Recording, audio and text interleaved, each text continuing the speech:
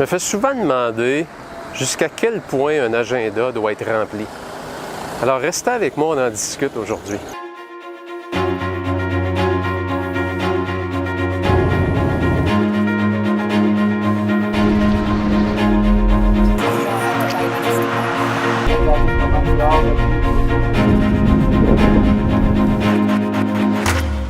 Vous savez trop souvent ce qu'il y a dans un agenda. Quand on prend l'agenda d'à peu près des gens, disons, dans une position de leadership, dans une position d'autorité, des entrepreneurs, souvent, ce qu'on retrouve à l'agenda, c'est des meetings. Le reste n'est jamais là.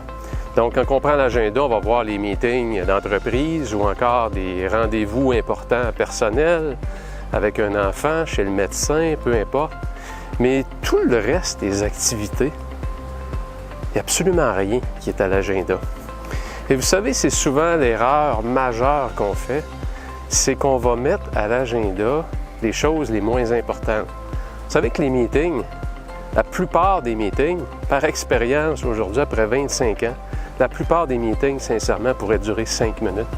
Parce que le cœur du meeting se passe à la fin complètement, trop souvent.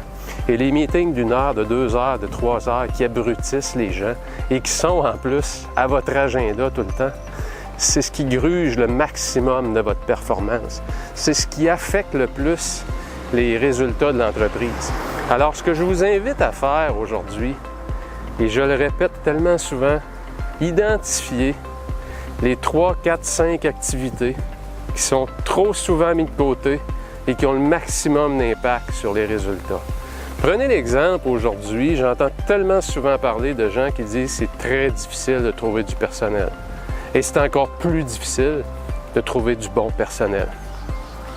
Pourtant, quand on regarde l'agenda de ces entrepreneurs-là, ces personnes-là en position de leadership, et qu'on regarde dans leur agenda combien de temps est consacré à la recherche de personnel, combien de temps est consacré aux nouvelles stratégies pour trouver du personnel, regarder également s'il y a d'autres techniques pour recruter, est-ce qu'il n'y a pas d'autres canaux disponibles. Bien, il n'y a pas de temps qui est consacré à ça. Et pour ça, c'est fondamental. Imaginez que pendant 1 an, vous mettez 50 % de votre temps sur cette activité-là. À quel endroit va être votre entreprise dans 1 an? Pensez-vous que l'entreprise va être plus en avant? Pensez-vous que la rétention de votre personnel actuel n'augmentera pas? C'est sûr que oui, parce que vous allez avoir dans votre entreprise des gens ultra performants. Vous allez premièrement embaucher des gens performants. Vous allez découvrir, en passant du temps dans ça, vous allez découvrir des nouveaux canaux, des nouveaux endroits où vous pouvez recruter qui sont hors des sentiers battus. Mais comme c'est jamais à votre agenda, savez-vous quoi? Vous allez en parler encore dans 1 an.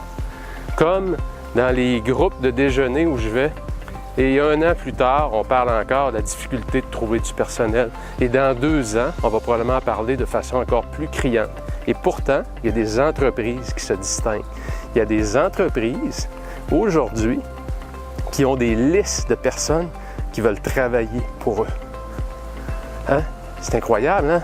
Parce que ces entreprises-là ont décidé de créer une culture qui attire, qui est beaucoup plus en ligne avec le travailleur performant d'aujourd'hui, qui est très différent du travailleur d'il y a 20 ans, 25 ans.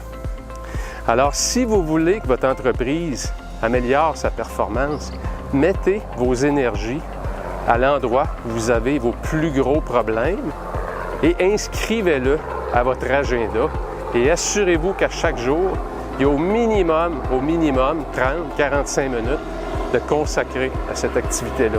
Et croyez-moi, l'effet, vous connaissez l'effet composé, entraînez-vous 30 minutes par jour pendant 5 jours ou encore allez au gym pendant 2 heures une fois par semaine. Je vous garantis qu'aller au gym 30 minutes par jour pendant 4-5 jours a beaucoup plus d'impact à long terme sur votre santé et sur votre discipline personnelle. Alors, appliquez cette technique-là et je vous garantis que les résultats de votre entreprise vont être en propulsion vers le haut. Sur ce, je vous souhaite une semaine ultra productive.